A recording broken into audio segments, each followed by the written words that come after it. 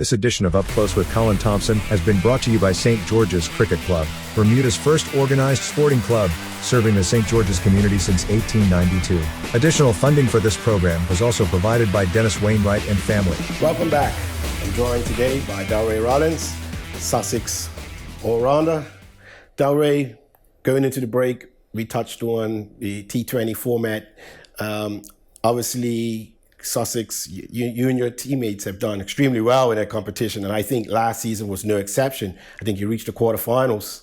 What was that campaign? Take us through that campaign.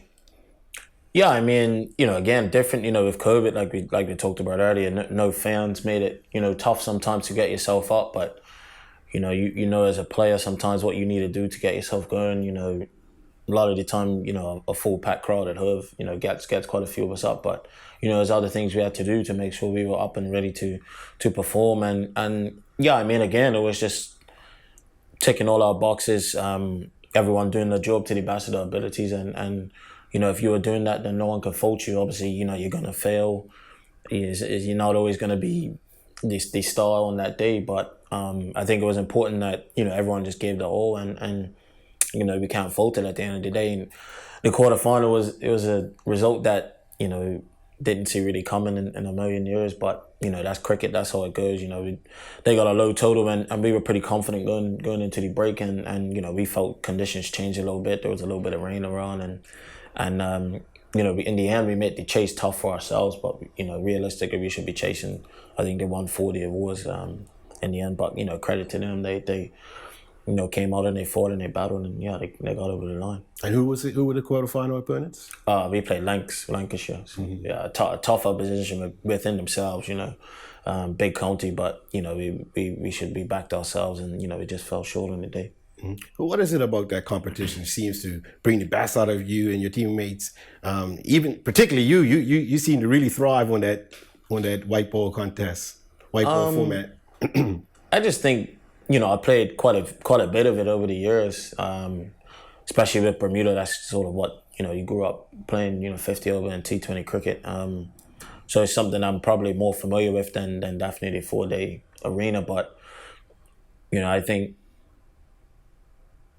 it's just really, it's definitely enjoyable. Like I said, the crowds make it enjoyable. We're lucky enough to have probably one of the strongest teams in the comp, as we should the last couple of years.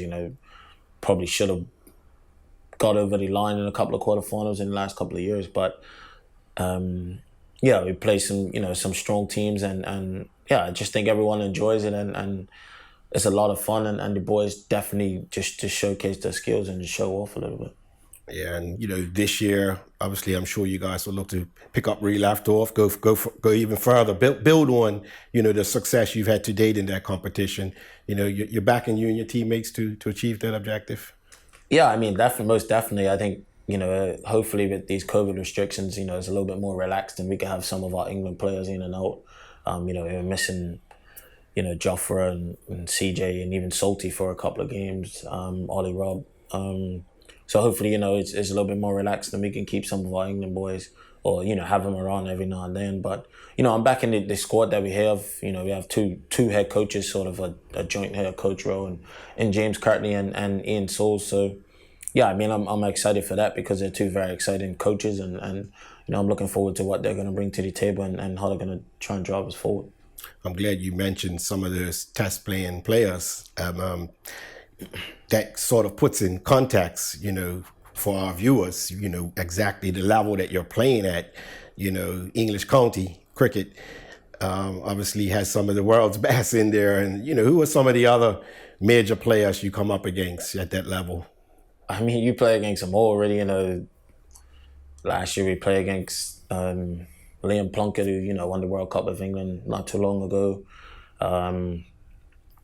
You play against anybody, any English player, you can play against that, whether they're available for the county. Like I said, last year, 9 times out of 10, they weren't because of the COVID restrictions, having to be in bubbles, and, but I played against, Stuart Broads and those sorts of players. So, yeah, I mean, quite often they do show up for the counties if England duties aren't keeping them away. But, yeah, I mean, the caliber of players is extremely high, and it's just getting higher and higher as the more cricket that you're allowed to play around the world. What was it like for you, coming from Bermuda, and then being introduced to that big stage? What was it like for you making that transition, that experience at a young age, I might add?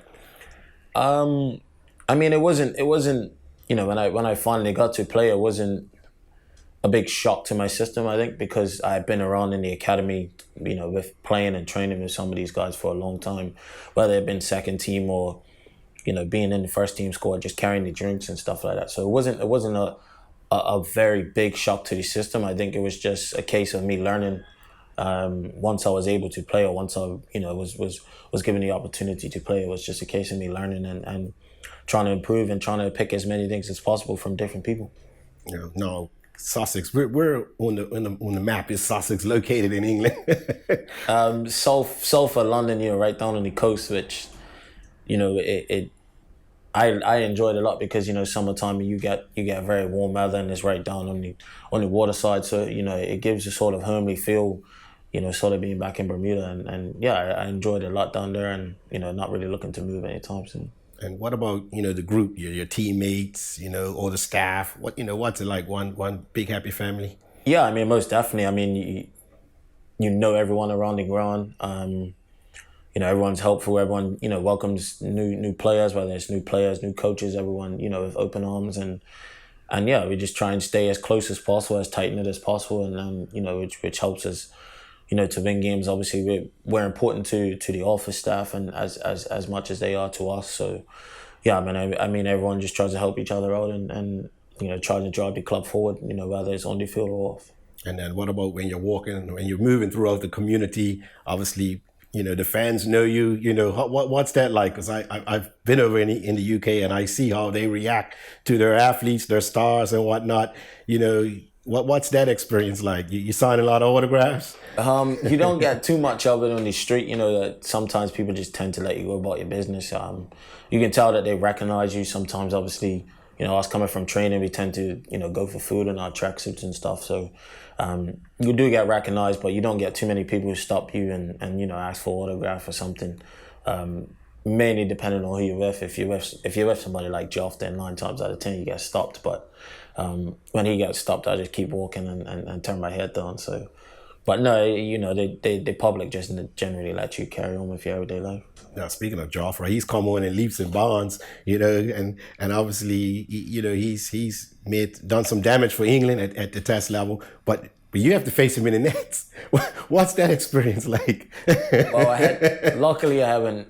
I mean, luckily I haven't had to face him in probably over a year or two now. I haven't faced him in a while, actually. And I know he's itching to bowl at me too, because he tells me every time he sees me. But it is a great challenge within itself to go up and have some of the world's best on your team. To I feel like if I can get through someone like him unscathed, not injured or definitely not getting out, I feel like I've accomplished something, and there's not too many people that are up near around his level. So no, it's definitely good practice, and obviously we're good mates, so the battle is pretty fierce at times. But he brings the best out of me. I say quite often, and sometimes it's flipped the other way around. But yeah, it's nice to have somebody on your side like that, especially when he fires up in a 4-day game or a T20. You can stand on the field and watch it go through to the keeper instead of being the one to face it. Yeah, he's really made an impact at the club, hasn't he? The most definitely. I mean, he come in and hit the ground running straight away, and and hasn't looked back. He's just gone leaps and bounds, like you said. Straight to the IPL, straight to England. Become a big feature in that team, and he would just continue to grow. He's only young. He's only 24, 25, so he's still got a long way to go in his career. But I think people forget that and see him as quite a senior figure around the ground. And even sometimes in the England team, but he has a long way to go, and he'll only just get better and better. So, all things considered, with your career to date, are you satisfied? Where things are going, the trajectory you're on in terms of fulfilling your goals? Yeah, I mean, I obviously, just signed a new deal, and it's keeping me at the club for another 2 years, and to be offered a deal in the COVID times was something I think for me quite positive to to see that the club, you know, want to come to me and keep me on. Yeah, I think, like I said earlier, we got 2 new coaches, you know, head coaches who've been there at the club, you know, for the last couple of years, but you know, now they're taking on sort of the head coach role, and it's exciting to see, you know, what direction they're trying to take us in. And I just think, you know, I'm in a pretty exciting place as a cricketer and with the club. Great. All right. Don't go anywhere. We'll be right back with more from Delray Rawlins. This edition of Up Close with Colin Thompson has been brought to you by St. George's Cricket Club. Additional funding for this program was also provided by Dennis Wainwright and family.